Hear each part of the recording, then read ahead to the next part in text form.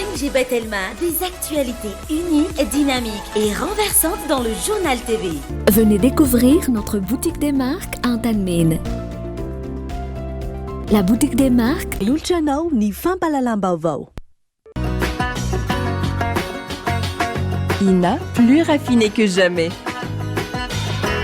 Ita, huilerie industrielle de Tamata, isacham tel suluarivo. Lulchanao ni fampalalam Vaovao.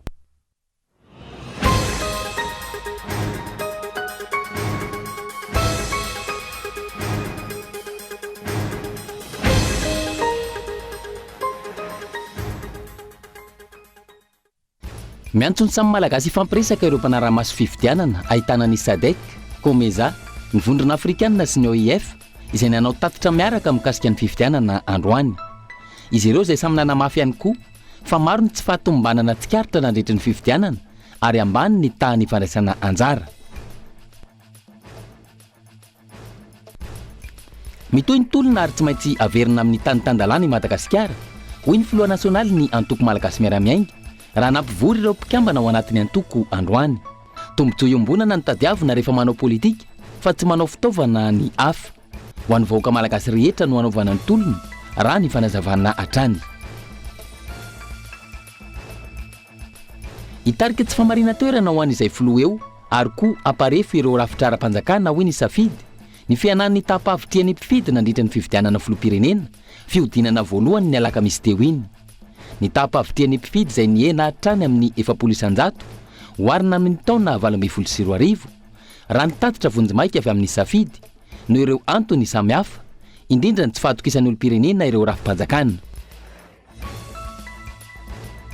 Miariary amin'ny fomba fiasan'ny seni amin'ny famoahana antontanisa diso amin'ny vokatra vonjimaika izay avoakany ny tsy fahatombanana hita amin'ny fikarakarana ny fifidianana sy ny fangalaram-bato hoy ny mpamakafaka ara-politika.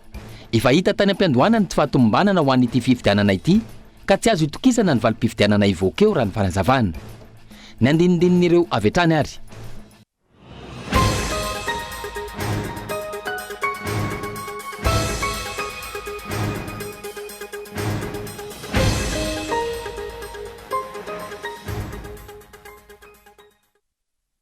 Manatra ny araba topoko lasa topoko avy amin'ity aliny sabotsy fa 20 ny volana novembre taona 2024 ity tonga sondray tony ny fampalalamba vaovao tamin'ny Kolo TV ko manasanao topoko lasa topoko avy anaraka izany hatramin'ny farany. Ny anomboantsika izany dia tontolon'ny politika avy hatrany miantso ny samy malagasy ifampiresaka ireo mpiara-maso ny fifidianana atana ny sadek, ny komeza, ny vondrona afrikanina sy ny OIF izay nanao tatitra mikasika ny fifidianana filoham-pirenena tamin'ity androany ity. Izy ireo samy nanamafy ihany koa fa misy ny tsy fahatombana tsikaritra rehetra izay fanatanterana ny fifidianana filoham-pirenena izay indrindra fa ihany koa fa ny tany fandraisan'anjara ny mpifidy izay ambany tanteraka. Gaetan Andriatsilavo. Teboka telo lehibe raha fehezina ny tatitra tambabe nataon'ny sadek, komeza, ny vondrona afrikanina sy ny OIF androany. Voalohany, tsy navitrika ny mpifidy malagasy ambany ny tany fandraisan'anjara ny mpifidy. Faharoa, azo ambara ho ny lamina ny fifidianana satria tsy nisy korontana. Saingy fanontaniana mipetraka ny hoe isy fitoniana ve eto Madagasikara aorian'izay? Io no nahatonga ilay teboka fahatelo dia ny hoe ilaina ny fifanantonana sy ny fifampiresahana eo amin'ny samy malagasy. Madagascar is a valued member of the SADC family. I Madagasikara dia mpikambana ao amin'ny sadek, iray vatsy iray aina amin'ny mpikambana tsirairay ao anatiny. Fianakaviana iray isika. Ao anatin'io fomba fijery io no iantsonainy rafitra rehetra voakasika ka anao izay hoafany amin'ny fiarovana ny filaminana sy ny fitoniana eto Madagasikara. Anohy hatrany ny fandraisana anjara amin'izay efa natomboka ny sadek ary ezaka hitondra tohana hanatsara ny toedrarà. Raha misy ny tsy fanekena voka-pifidianana sy fitarainana, angatahanay ny anaovana izany araka ny dikana sy ireo fepetra takiany lalàna. To channel their concerns through established legal procedures and processes. Nanamafy ny sadek teto fa isy ny tatitra farany ataon'izy ireo momba ny fifidianana 30 andro aorian'izao tatitra savaran'ando mikasika ny fiatrainan'ny fifidianana izao. Nanamafy ihany koa ny vondrona afrikanina fa mila mandray ny andraikitra tandrify azy avy ny tsirairay miainga hatrany amin'ny gouvernemanta, ny seni, ireo kandidasy sy ny firaisamon'ny-pirenena ary ireo vondrona iraisam'ny-pirenena. La mission félicite le peuple malgache. Miaraba ny vahoaka malagasy ny mision noho ny fitoniana no raisin'izy ireo ny andro ny fifidianana. Na izany, tsikaritra ny fahavitsian'ny mpifidy tonga nandatsabato tamin'ireo birao fandatsaham-bato na rahinay maso. Angatanay araka izany ireo tompon'andraikitra, ireo mpanao politika sy ireo mpandray anjara amin'ny fizotry ny fifidianana ametraka fotoana ahafahana mifampidinika anatsarana ny tontolon'ny politika ankehitriny.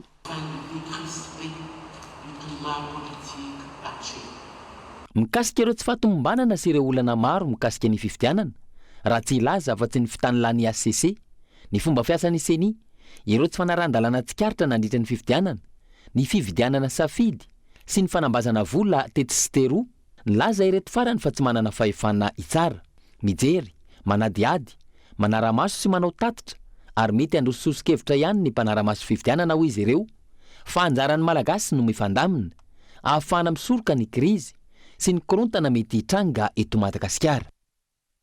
Makasika izay tontolon'ny fifidianana izay hatrany naneho ny heviny mahakasika ny fanikainana mahazo azy, ireo ny tambazotra miserasera maro samihafa sy ny firaisamonim-pirenena ary ny fampahalalam-baovao ny teo anivon'ny fizarana avo momba ny lalam-pandorena nandritra ny tafa izay nataony tamin'ny SADC tamin'ity androany ity.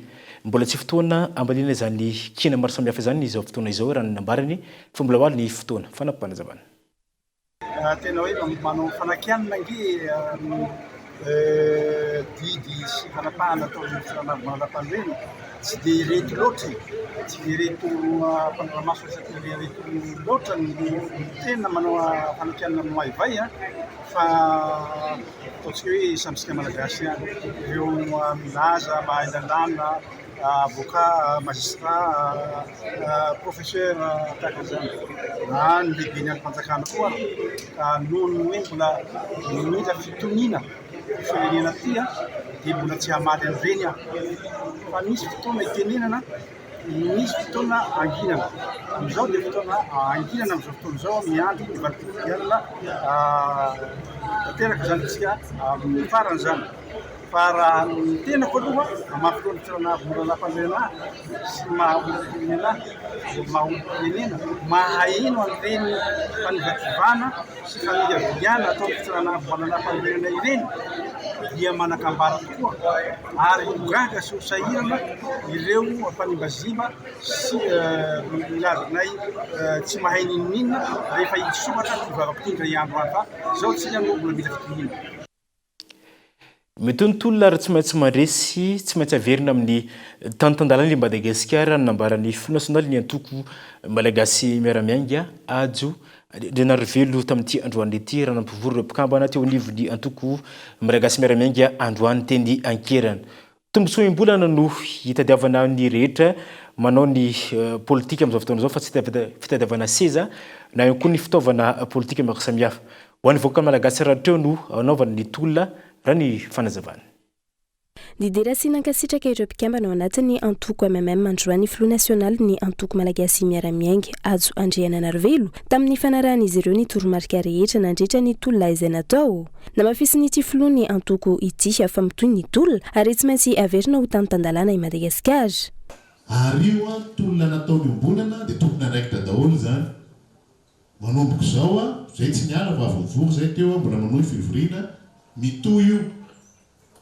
Izany mbola sa atsangano tanana zay tsy sa malalaka ihany koa lalana mbola apetrapetraka aorinan'ny écran ka vonina sa tsy vonina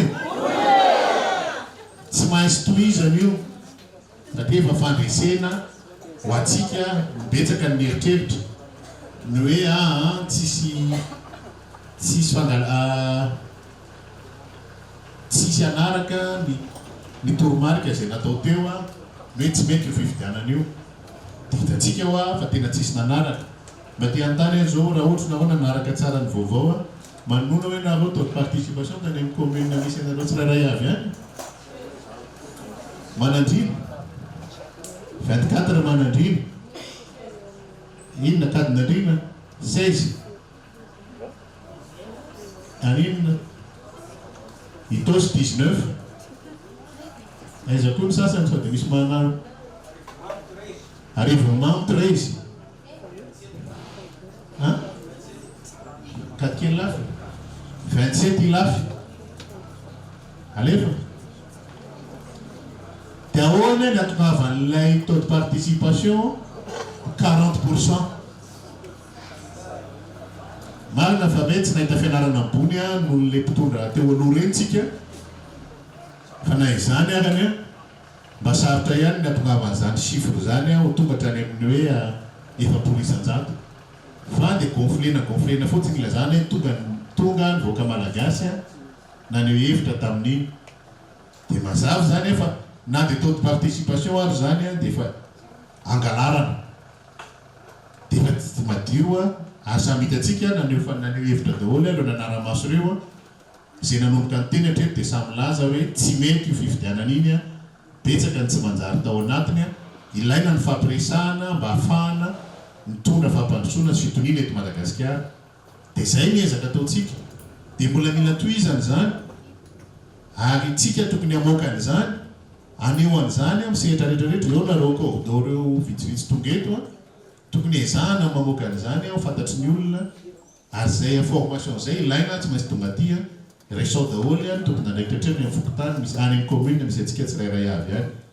satria tsy possible ny tohizany zavatra tsy manjary ohatran'io amin'ny herinandro misy fandaminana mila miomana satria mitohy foana ny tolona rehetrarehetra zay atao ary mila tonga maro be tsika amin'ny sehatra misy antsika tsirairay avy maneo fa tsy ara-dalàna ary tsy mety ny fifidianana iny ary tsy mipetra-posiny amin'izao tsika fa aneo amin'izany miendrika maro samihafa araka nataoko teo tsy hoe ny tananareo izy amin'ny madio tanana dia zay manao zay hita eo zany zay naloto tanana nanombanany ity fireneny ity rapitso ravaka pitso tsy tokony ho afamaina amin'izany izy tokony ho fantatry ny mpiaramonina zany hoe nareo any napitikizo any ty fireneny ity tsika nandritra n'iny ray volana amin'ny maherikely iny tsisy olona afaka nitory na iray ara hoe nanimba fananan'olona tsika nisy fanan'olona simba ve teo na nisy olona nitory ka nandalo le olona maro voaka maro be reny ka nanimba n'izao na teto Antananarivo na tany amin'ny faritra na elo ve nareo firy nefany fananantsika simba tamin'iny fotoana iny tsy matahotra fifidianana ny antoko ary efa niatrika ny fifidianana izay nisy rehetra teto amin'ny firenena raha ny fanazavana fifidianana madio sy mangarahara ary eken'ny rehetra no hatakiana sy ny ajivana nandritra ny tolona izay natao tombontsoa iombonana no tadiavina rehefa manao politika fa tsy ny fanaovana fitaovana ny afatra ny fanazavana hatrany raha mety omaly tsika hoe tsisy tokony hifidy ary tsy manjary hoe fifidianana io dia hitatsika io ny taux de participation farany teo faran'izay ambany dia ambany miezaka androany manovana iny taux de participation iny ny eo amin'ny senia sy ny eo amin'ny fitondrana fa tokony mijoro tsika mijery an'izany manaraka an'izany ary indrindra mamoaka an'izany hoe reto sy reto aby ny taux de participation tany amin'ny district tany amin'ny commune maro samihafa zay tsy mifanaraka amin'ny zavatra lazainy eo jery eo misitany senia koa nareo dia fa hitanareo fa tsy mitombona ny valim-pifidianana mivoaka ao samy nahitany amintsika fa ny chiffre raha tsy mitovy normal aloha le izy satria sasany mahita hoe 13 plus 6 dia 18 donc normal raha diso daholo ny calcul rehefa avy eo dia zay zavatra zay no hitanareo fa lasa 13 plus 6 daholo dia lasa 18 daholo zany zao rehefa manao calcul amintsika zao na hoe ny firal Rayal tsika ny ato dia 50 000 sy rehetrarehetra zany zany calcul tsika dia hoaizy ary le firenena ao anatin'le izy dia zay mila tandremana dia zay mila dénoncena ary mitohy le izy ary tsy vita teo iny fa tsy maintsy tohizana mandra-pahazahoantsika ny fandresena dia nazahoantsika fifidianana satria raha tsika atao amin'ny MMM tsy matahotra fifidianana zany efa nivonona amin'izany tsika hitanareo amin'ny lafika rehetrarehetra natao amin'io fa tsika mila mandresa amin'ny zavatra madio fa tsy amin'ny zavatra alatra kory ary fifidianana anatrehantsika sahatsika niatrika azy amin'ny fomba madio sy ny amin'ny fomba mangarahara ary tsy niafina tamin'izany tsika dia izay mila tohizana tsy tapitra teo iny voadingana ray fotsiny iny tao anatin'ny tolona fa misy rehetrarehetra ny teny nga vita teo le tolona tsy vita le izy satria mbola tsy tratra ny tanjony fa ny fandresena voalohany dia ny fahitantsika iny ary fandresena manaraka tsy maintsy azahoantsika fifidianana afahatritsika mandray anjara ao anatin'ny mangarahara tanteraka tsy misy olona natao ambony lalàna fa natao fehezan'ny lalàna avokoa ny olona rehetra ho iatran ny Flou national ny antoko malagasy miaramiaingy ajo Andriananarivelo ka tokony isy hitovy ny fampiarana izany. Nisy ny fitoriana izay napetraka tamin'ny fanimbana ny fananan'ireo kandida sangy tsy nisy valiny izany hatramin'izao. Tsy nampandroso ny firenena hatramin'izay ny fanaovana fitaovana politika ny folo alina malagasy raha ny fanazavana hatrany. Nametraka fitoriana hitanareo tsara tany amin'ny gendarmerie fa hatramin'izao mbola tsy hita le valin'le fitoriana le fanadihadina. Miandro zay tsy fantatro moa fa namaly izy na tsy namaly mety ohatreto tsy misy. Zany ve ny toe-tsaina hitondrana firenena eto. Hoe rehefa zay ny eo fitondrana dia zay tiany hanaovana azy. Fa zany folo alina, zany gendarmerie, zany polisy zany manao politika zany sa tsy manao politika. Tokony hanao sa tsy tokony hanao? Tsy tokony hanao politika, lasa atao fitaovana politika androany. Hanenjehana olona, hanakorontanana olona. Ary zany nefa nialantsika taloha ny hoe folo alina manao potolona manao mitafy fanamina tsy nitondra voka-tsoa teto amin'ny firenena zany. Dia androany le izy ampiasaina hanakatsakanana ny fahafahan'ny olona tsirairay avy. Tsy azo akeny zany mila mijoro amin'izany tsika. Mila mamerina an'izany amin'olona. Velotsika teo zao namantsika tany Mandoto hoe misy manafika isan'andro isan'andro. Tsisy mirarahana zany. Fa aloha le dimanjato sy efatra arivo lahady zany eo amin'ny 13 mai toy izay alefa miaro ny vahoaka any faritra misy azy any Mandoto any Akazomorohitra any Jomandra Martina sy ny maro samihafa any izay misy dahalo. Zany lahara-pamena aloha ny vangongo eto Antananarivo dia famona amon'ny olona eto Antananarivo fa ny olona hafa izay vonoan'ny dahalo sy angalaran'ny dahalo fahananana any ambadika any tsisy rarahina. Tsy mety zany. Tsisy firenena afaka atsangana ao anatin'izany toe-tsaina zany satria manao vain-drahalahy tsy maharary. Dia tsy azo ekeny zany. Dia mila ovaina zany dia mila fahasahina. Mbola veriko ihany mila fahasahina. Mila fahasahina zany ny tolona manova zavatra zany fa tsy hoe vita fotsiny misy an'ity réseaux sociaux sy ny ambony ity moa matetika dia ohatran'ny hoe vita orinan'iny fotsiny. Nambatra ny Flou national ny antoko malagasy miaramiainga ajo Andriananarivelo fa fampianarana ny olom-pirenena hitaka ao anatin'ny isa filaminana no antony nanaovana ny hetsika pasifika fa tsy midika ho tsy mavita akory. Ary isy azarina amin'ny zavatra tsara ihany koa fa ny olona dra ny fanazavana. Metoy ny tolona ary isy entanina ny rehetra ho vonona sy anaraka ny toromarika izay ampitaina. Tontolo politika izay hatrany andresan'ny tolona izay nataon'ireo collectif de candidats raha nambarany antoko HVM na ny ery vaovao any Madagasikara androany teny Andralo malohany ny fambaitsan'ny olona izay tsy niroso koa tsy nanapa-kevitra tamin'ny fandraisan-dara tamin'ny fifidianana tamin'ny 12 Novembre lasa teo. Fifadianana efa feno osaka sy feno fingalarana no niseho teto amin'ny tany sy ny firenena raha nambaran'izy ireo. Namafisiny antoko HVM na ny ery vaovao any Madagasikara androany nandritra ny valandresaka izay nataon'izy ireo tamin'ny mpanao gazety teny Andrahary fa efa nanomboka tany amin'ny fanatanterahana ny fanavaozana tanteraka ny lisitry ny mpividy no efa hita taritra ny tsy fahatombanana maro lafy tamin'ny fikarakarana ny fifidianana filoham-pirenena ary izany indrindra no isan'ny nitarika ny korontana ara-pifidianana misy amin'izao fotoana izao. Nandresin'ny tolona izay nataon'ny collectif de candidats tamin'ny fanentanana ny olona tsy handray anjara tamin'ny fifidianana filoham-pirenena raha ny nambarany mpandrindra nasionaly ny antoko HVM. Efa nanao amboletra ny fitondram-panjakana dia nitariky ny olona tsy handray anjara amin'ny safidy fifidianana. Fa nitariky ny olona tsy handray anjara amin'ny fifidianana ny antoko HVM. Tsy voaheloko ny lalàna zany fa fampitahorana nataon'ny fitondram-panjakana ary raha voamarika ireo fa voavita ny fifidianana dia niteny indray fitondram-panjakana hoe safidy no mandeha mifidy na tsy mifidy. Fa roa andro ray andro taloha fifidianana izy dia nampiororo tamin'ny alanana ministra sy mpiasa ambony ao amin'ny ministera hoe taremo fa tsy azo atao miteny ny olona azy dana tsy mifidy. Zany ny fanaparam-pahefana zany. Satria aminay dia naharesy ny tolona. Naharesy ny tolona satria maro anisa ny olona tsy nanaiky, tsy rariny sy tsy fahatombanana ary indrindra ny alatra zay fa napetraka tao anatin'ny zotra-pifidianana.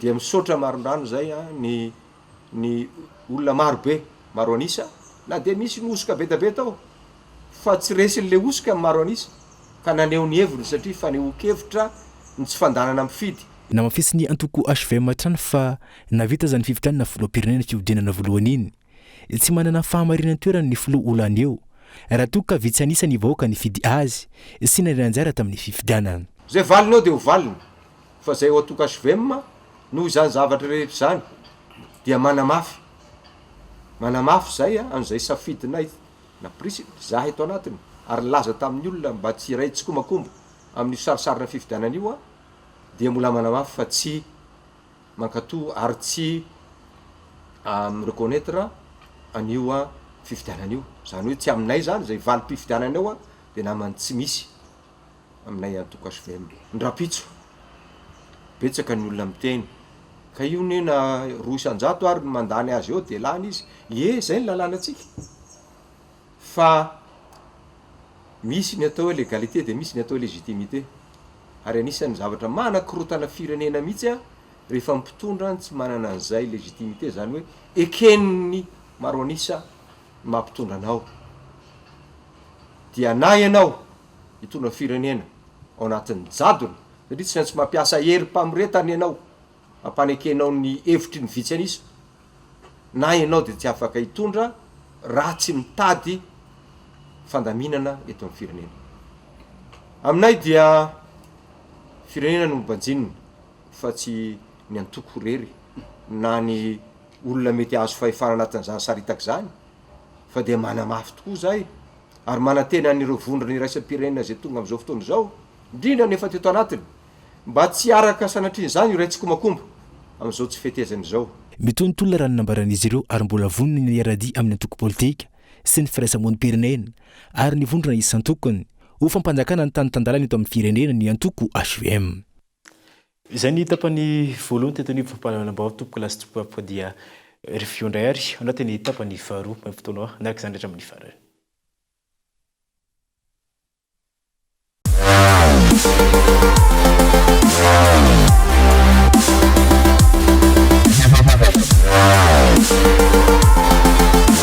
Découvrez de nouvelles sensations.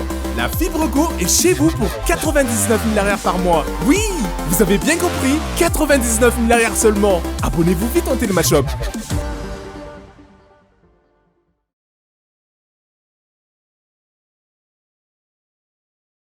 Ina dia vita amin'ny soja voafantina mba hampatsiro ireo karazan-tsakafo karakarainao.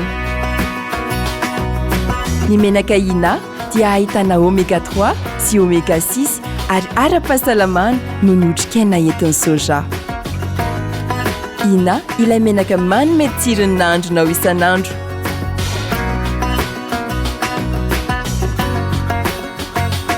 Ina, plus raffiné que jamais. Ita, huilerie industrielle de Tamata, misy hatramin'ny 3 sy 4 arivo.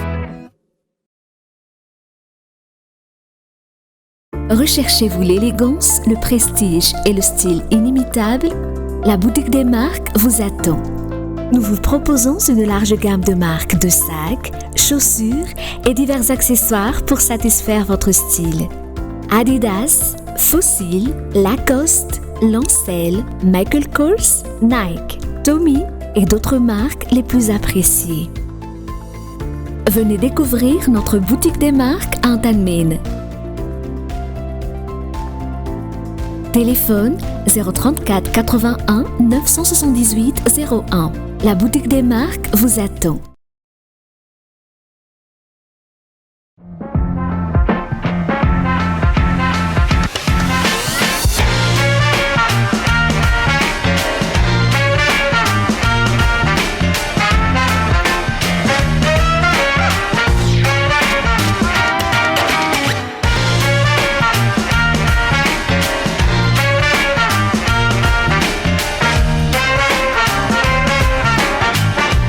Sady sy téléphone miaraka amin'ny Aigle d'Or. Vaovao be collection miavaka sady moderne noforonin'ny artiste Matli na ho an'ny ankizy na ho an'ny lehibe. Aigle d'Or manandratra avo ny antsika.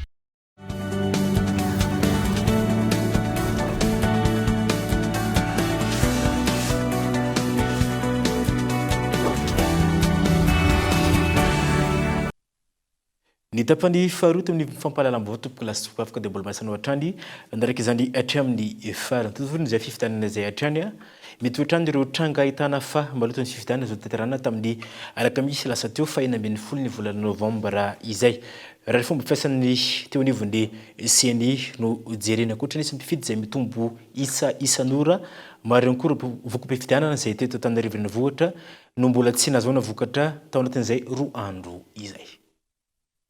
Nilaza ny ao anivon'ny CNI fa afaka mijery ny fizotra sy ny fivoaran'ny voka-pifidianana ao amin'ny pejy ofisialin'izy ireo ny isam-batan'olona.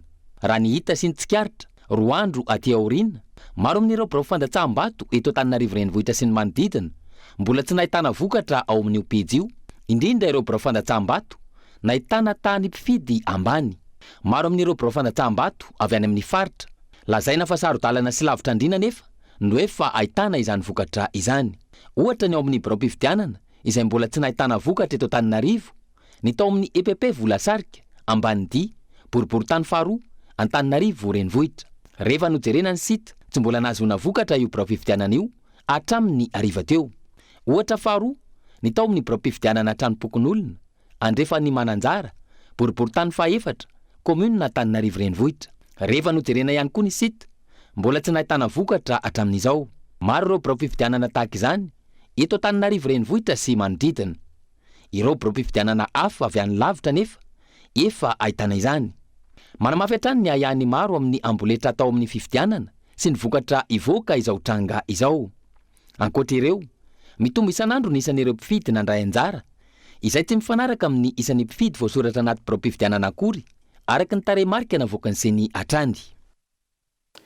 Hitarika tsy famerenana toerana ho an'izay folo eo ary amparefy ihany koa ny rafim-panjakana misy eto amin'ny tany sy ny firenena teo anivon'ny safidy ny fihenany ny tapa-vitrin'ireo mpandray anjara tamin'ny fifidianana tamin'ity indray mitoraka fiodinana voalohany ny alakamisy lasa teo ity. Ny tapa-vitrina izay mety henatra amin'ny 700 isan-jato raha oharina tamin'ny taona 20 sy 20. Ny hena ho 13 faingo valo isan-jato ny tapandraisana anjara ny mpifidy tamin'ireo santionana birao mpifidianana miisa 770 sy 720 na raha ny mpanara-maso fifidianana safidy maso nandritry ny fifidianana filoham-pirenena fihodinana voalohany no tanterana ny alakamisy 9 novambra teo iny, raha 350 faingo 7 isan-jato kosa ny tapa-vitrian'ny mpifidy ny taona 2012 raha ny tatitra savaran'ando avy amin'ny mpanara-maso ny fifidianana safidy. Izany hoe ny henatra any amin'ny 700 isan-jato izany tapa-vitrian'ny mpifidy izany ka ny teto Antananarivo no tena nahitana izay ambany indrindra izay tsy mbola nisy teo amin'ny tantara ny fifidianana filoham-pirenena teto Madagasikara. Ankoatra ny fandavan'ny collectif des candidats andray anjara tamin'ny fifidianana filoham-pirenena ny alakamisy teo iny izay nanomezana izy ireo toromarika tsy nandraisana anjara amin'ny fandatsaham-bato. Antony maro ihany koa raha ny fanaraha-maso nataon'ny safidy no nampidiny ny tapa-vitrian'ny mpifidy iny, fihenan'ny tapa-vitrian'ny mpifidy izay isy fiantraikany ratsy ho an'izay tantana ny firenena.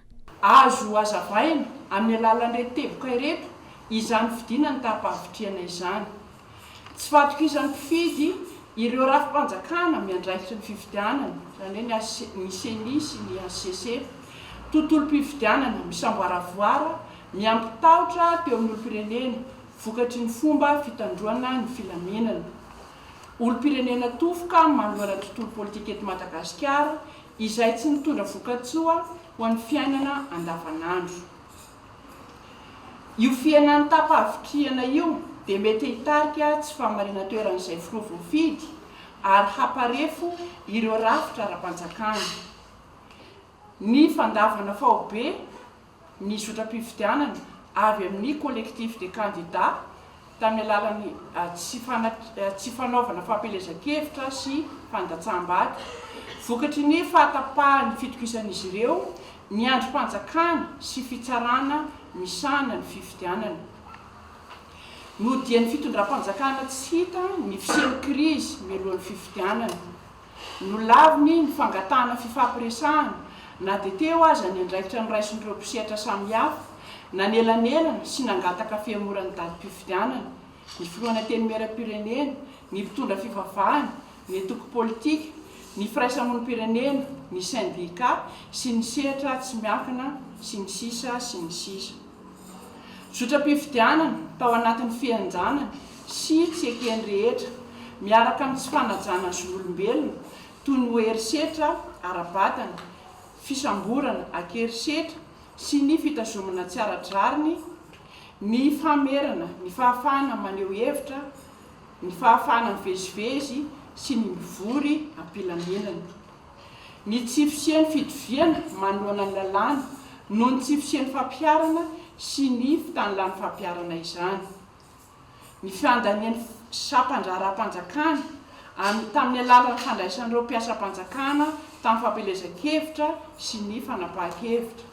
Ny firoboroboan'ny fomba mamoetra nandrina fampelezan-kevitra toy ny fampelezana vaovao tsy marina, fifandrangitana sy fanalam-baraka. Eo ihany koa ny fanodikodinana saim-bahoaka amin'ny alalan'ny fampiasana ireo mpanakanto, fizarana vola sy tolotra miendrika fividianana safidy. Jeivina, teboka maro no nanamarika iny fividianana filoham-pirenena fihodinana voalohany iny, ho iatran'ny tatitra ny sapana anaramaso ny fividianana, ivon'ny demokrasia farimbonana na ny safidy. Isan'izany ny tsy fahatomombanany fikarakarana ny lisam-pifidianana, ny kara-pifidianana, ny tsy fampian'ny fahaiza-manao n'ireo mpikambana mandrafitra ny birao-pifidianana sy ny maro hafa. Ireo mpanaramaso fividianana avy amin'ny safidy izay niarany tsindry sy fampitahorana, tsy tatitra ireo tsy fahatomombanana hitany nandritra ny fidinany fotony ny andro ny fividianana ireo raha ny fanazavana. Misy ny tsindry sy ny fampitahorana nataon'ireo mpikambana ao amin'ny birao-pifidianana sy ireo tompona andraiki-panjakana tany atoerana. Nisy ihany koa ny fandavana tsy hanome azy ireo ny PV sy ny tsy famelahana azy ireo hanao ny fanamariana ao anatin'ny PV. Teo ihany koa ny fandrarana tsy anaramaso eny amin'ny SRMV. Ny endrika isehoany dia toy ny hoe aza mitatitra izay zavatra hitanareo ianareo. Izay zany anankiray. Ny anankiray koa araka ny tenenina teo hoe ny fomba fiasanay dia tamin'ny alalan'ny SMS dia rehefa nangataka badge koa izay dia nametraka an'ilay fangatana teny anivon'ny saida zany raha tsy mangadio ny seni dia nisy indray ireo mpanaramaso na azo antso avy amina olona tsy fantatra zany manao an'izay fandrahonana an'ireo mpanaramaso izay. Nisy ihany koa ireo nandefa SMS nilaza hoe alefaso aty aminay ny vokatra azonareo fa soa ihany zany ireo mpanaramaso nanana hoe niantso anay zareo naka hoe fankatoavana hoe move niova tokoa ny laharana fandefasana ny vokatra avy aty aminay. Dia ny akamaroany zany satria araka ny fantatritsika hoe ny akamaroan'ny commune eto amintsika dia commune ambanivohitra, dia le any ambanivohitra zany isan-karazany endrika tsindry azon'ireo mpanaramaso miara-miasa amin'ny safidy dia averikondra mandeha tsy laza toerana mihitsy izahay fa tena misy fiatraikany amin'ny ekipany toerana.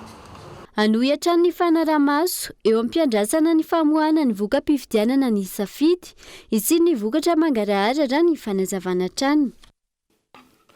Maro ireo tanora latsaka ny fito ambin'ny folo taona nazo ny kara-pifidianana sy ny kara-panondro sy voasoratra anatin'ny lisam-pifidianana tamin'ireo birao fandatsambato no tsikatr'ireo mpandaram-basana fifidianana no tsy afaka ny fidy tamin'ny tindra mitoroka teny raha fanazavana izy ireo. Nampatsikaiky ihany koa ny teo anivon'ny terapeutique international ny amin'ny tsy fahombiazana nisy sy fahatombanana nisy tamin'ny fikirakirana ny voka-pifidianana indrindra fa ny fanisambato. Ny volana jona 2024 no efa tsikaritry ny mpanaramaso ny fividianana ny tsy fahatombanana amin'ny lisam-pifidianana izay hianangatahana fanazavana tamin'ireo tompona andraikitra saingy tsy nahazoana valy ny hatramin'izao. Raha ny hita, maro ireo tanora latsaka ny 17 taona na azo kara-panondro ary voasoratra ao anatin'ny lisam-pifidianana. Tranga izay hianaverany Transparency International Initiative Madagascar ny fisiny. Taty fa tsy nisy toyan'izay recommandation nangatahana izay ary namoaka vy izy omaly talohan'ny fifidianana teo hoe inona zany no atao tamin'ity lisitra ty satria feno tsy fahatomombanana izy. Tanisako anareo vetivety fotsiny misy eo amin'ny 45 848 eo kara-panondro izay misy adosona eo amin'le 6 amin'ny chiffre ahafantarana hoe lasa vavy le olona. Misy koa 214 581 karapanondro zay miverina farafakely ny indroa farafabetsy ny 5 misy 240 000 mahery suspicion en anomalie ary ao anatin'izany dia misy ankizy tsy ampy taona zany hoe 70 taona no midina zany nahazo an'ilay karapanondro dia eo zany no misintona lakolosy ihany koa ny amin'izay tsy fahatomombanany lisy mpividanana nampiasain'izay marina fa tsy ny transparency internationale no namoaka an'ilay audit fa auditeur indépendant izy ary relayenay aminareo le fanahiny satria zava-dehibe tokoa zany hoe tsika anao fifidianana nanao an'ilay fifidianana na inona eritreretina mikasika ny fifidianana iny natao le izy anefa n'le listra tsy tomombana ary efa tamin'ny volana jolay izy no napafantatra hoe misy an'ireto zavatra reto nangataka izy fanazavana tsy tonga le fanazavana hatramin'izao vita ihany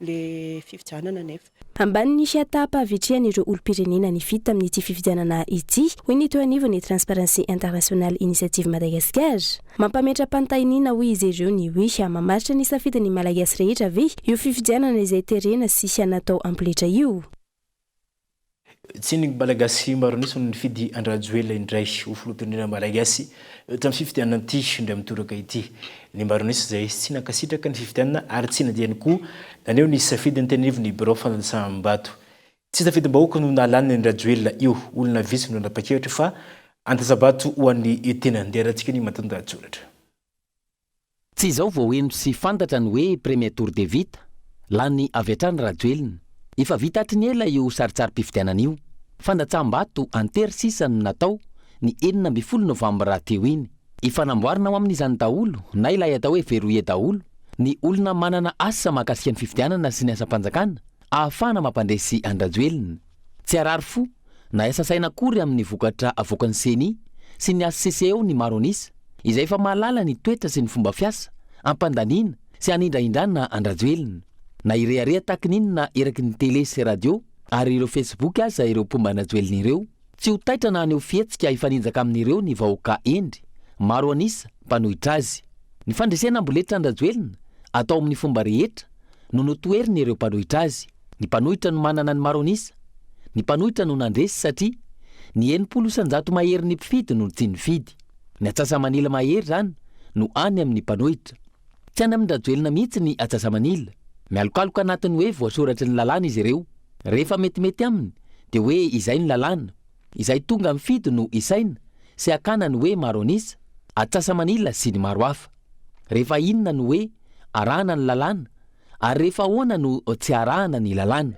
tena manao izay tiany atao izy sy ny mpiaradia aminy ary atao mifanaraka amin'izay mety aminy ny fandikana ny hevitry ny lalàna ny 90% mahery no tsy nifidy azy manana ny tanjaka tsy azo tsinotsoniavina velively tsy resy lahatra aminy ireo na inona fanazavana sy fandemetsaina atao mbola mamitaka ny tenany ihany ry rajoelina sy ny ekipany ny atsasamanila mahery tsy nifidy azy tsy manana legitimité tsy misy faharisiana miaraka amin'ny vahoaka maro anisa intsony izany rajoelina izany fitondrana marefo na fragile no entina amin'ny isam-bato voalaza fa azon'io ny mpanohitra raha teo anohy ny tolona anoherana azy ankoatr'ireo samy nahita maso ny rehetra hatramin'ireo mpanara-maso fifidianana rehetra na avy eto an-toerana na avy any ivelany izay teny akianja fa niariary ny tsy fahavitian'ny olona nadritry ny fifidianana ireo mpanao gazety vahiny ireo firaisamonim-pirenena ny FFKM sy ny sisa nahita ny tsy fahatomombanana ny raha nahita ihany koa fa nataon-drajoelina toy ny tsy nisy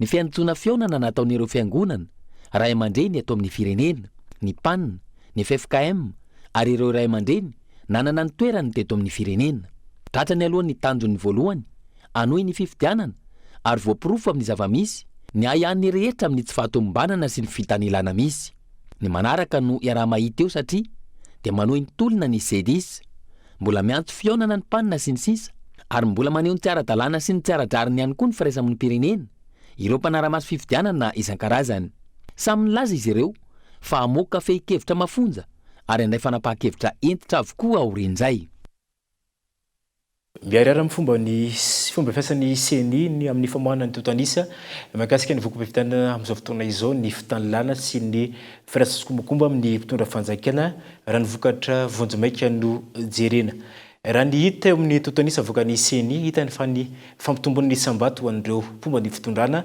sy ny fampitombony ihany koa ny tany fandraisana anjara ho an'ny mpividy no arahantsika amin'izao fotoana izao. Noporofon'ny voaka malagasy maro anisy tamin'ny alalan'ny fifidianana ny 12 novambra lasa teo. Nisy fankasitrahany intsony ny mpitondra fanjakana sy Andra Joel. Raha ny nambary ny mpamakafaka ara-politika Constant Ravelson androany. Maro anisa ireo izay tsy nifidy noho ny fahitana fa efa feno osoka ny fikarakarana ny fifidianana. Ka aleon'izy ireo no tsy nandeha nifidy. Misafidy ny olona ary dia noreheny tamin'ny fiodinana voalohany premier tour dia resy Rajoel. Tonga dia resy hoe naseho ny olona baribary hoe tsy mila anio fitondrana intsony tsy mety aminay ty fifidianana ty. Ary na ny olona sasatsasa izay tsy naharaka ny resaka araka mbola tonga ny fidy dia io mahavoatery ny seny mangalatrisa mangalatra kotombato satria lasa tsofotsofina sisa Rajoel vao mba afaka mitraka raha miohatra tamin'ny 2024 zao tsofotsofina jereo tsara efa misy olona ary efatra tapitra iseo tokony ny soratra mpifidy tsy nisoratany seny olona 20 taona ka hatramin'ny 20 taona eo zany reo tanora reo le tifirinao rehefa mitaky borsa reo le terenao ivarotena rehefa te azo diplôme reo le terenao efa vonona iady amindalo izy anao miaramila reo le telenao amina million vo afaka manao miaramila reo zany le tanora marary reo reo le ferana tsy fidy mihitsy kanefa dia mbola io ihany mahazo Andra Joel amin'ilay isam-bato ka anjara ny maka anatra amin'ilay izy tsika ve manana devitra nao za faly ary anisan'ny reharehako teo amin'ny fiainako tsy nifidy aho tamin'ity ary 70 isanjaton'ny olona nanao oatra zavatra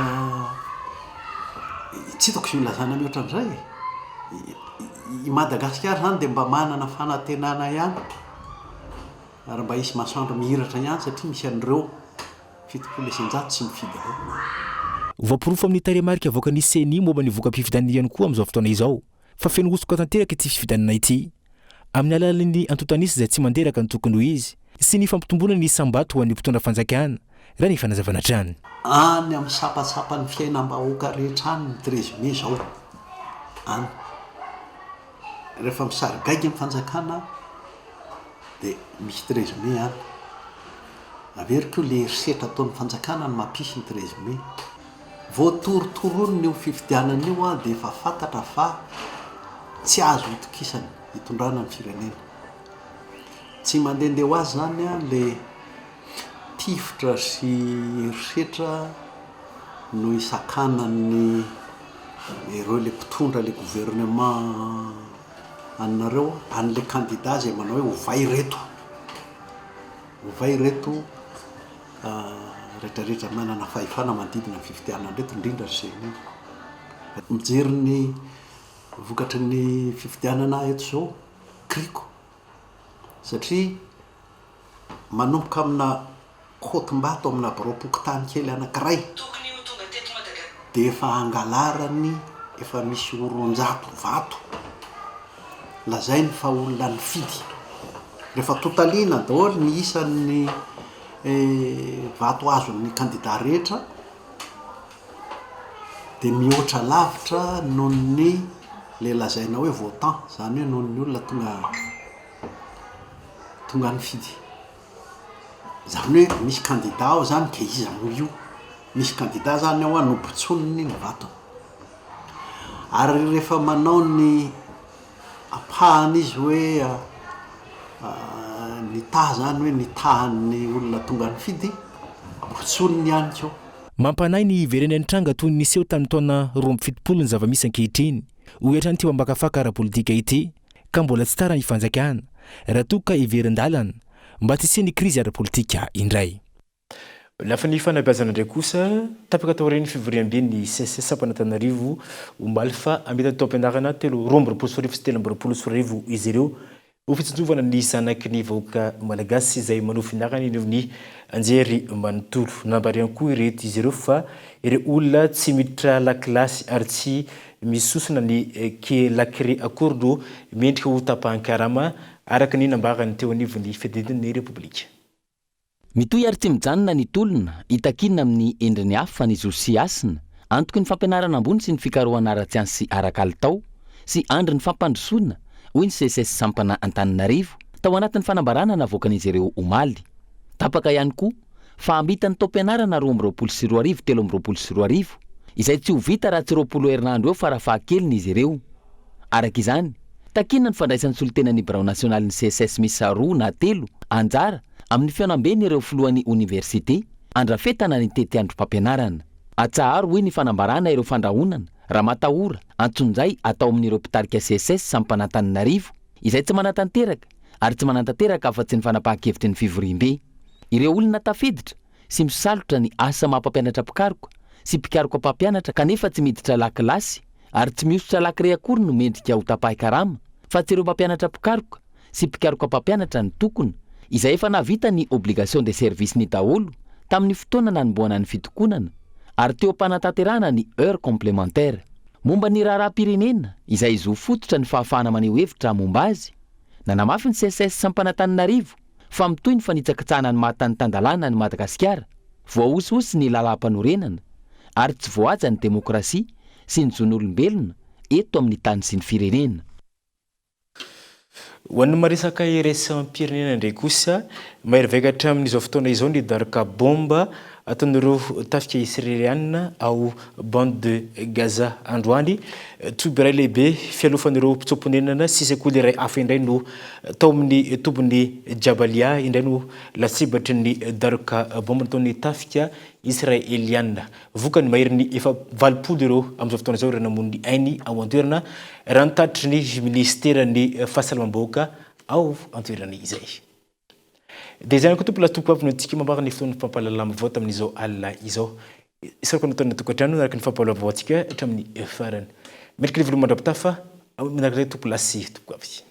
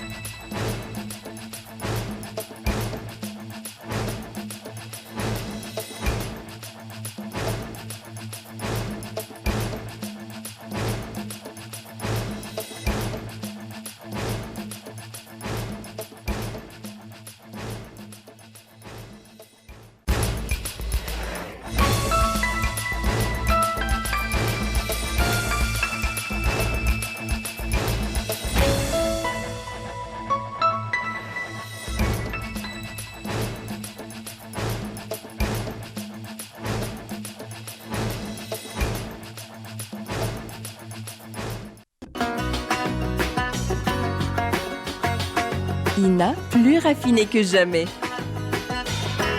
Ita, huilerie industrielle de Tamata, Isacham Telsuluariv. Vous a présenté Ni Vaovao. 5G Batelma, des actualités uniques, dynamiques et renversantes dans le journal TV.